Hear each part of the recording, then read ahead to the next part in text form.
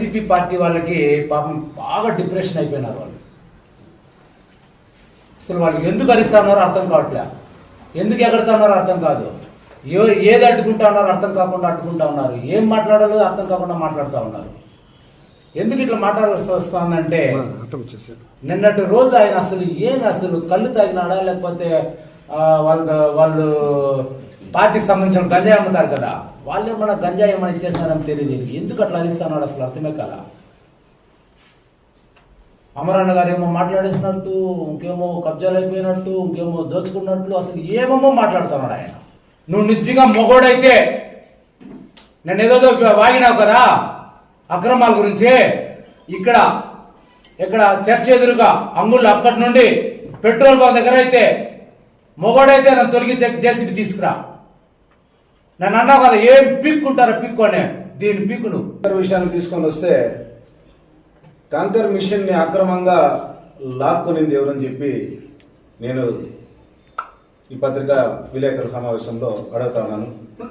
చెక్కులు ఇచ్చింది ఎవరు, చెక్ బౌన్స్ అయింది ఎవరు, కోర్టుకు తిరుగుతా ఉండేది ఎవరు? నీదే కాంకర్ అయితే, నీకే పర్మిషన్ ఉంటే మా ప్రభుత్వం వచ్చిన వెంటనే రాత్రికి రాత్రే ఎందుకు మిషన్లు ఎత్తుకుని వెళ్ళిపోయినావు? నీదే కంకర్ అయితే, నీదే క్వారీ అయితే, నీదే అన్ని పర్మిషన్లు ఉంటే రాత్రికి రాత్రి ఎందుకు ఎత్తుకొని పోవాల్సిన అవసరం వచ్చింది అని ఒక ప్రశ్న అడుగుతుంది.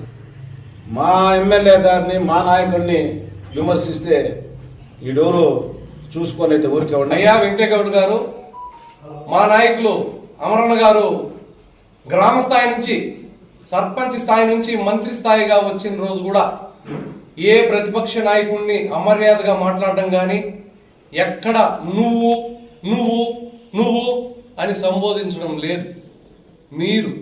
నేను కూడా మిమ్మల్ని నాకన్నా వయసులో చిన్నవారైనా మీరు మాజీ శాసనసభ్యులు అని సంబోధిస్తున్నా. మాజీ శాసనసభ్యుల వారు భూముల దోపిడీ గురించి గంగవరం మండలంలో భూముల దోపిడీ జరుగుతూ ఉంది అని మీరు మాట్లాడారు.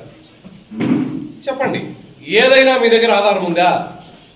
ముఖ్యంగా మీరు మాట్లాడింది 30 కోట్లు విలువైన 346/2 సర్వే నెంబర్ గురించి మీరు మాట్లాడారు. మాకు 30,000 మెజార్టీ వచ్చిందని ఎగతాళిగా మాట్లాడినాడు. 30,000 మెజార్టీ ఎట్టొచ్చిందో చెప్పంటారా? ఇతను వీకోటలో పోతే వక్కలిగిరి అంటాడు, బయటపల్లిలో వస్తే నేను బీసీ అంటాడు, గంగవరంలో వస్తే ఓటర్స్ దగ్గర పోయి నేను మీ గౌడు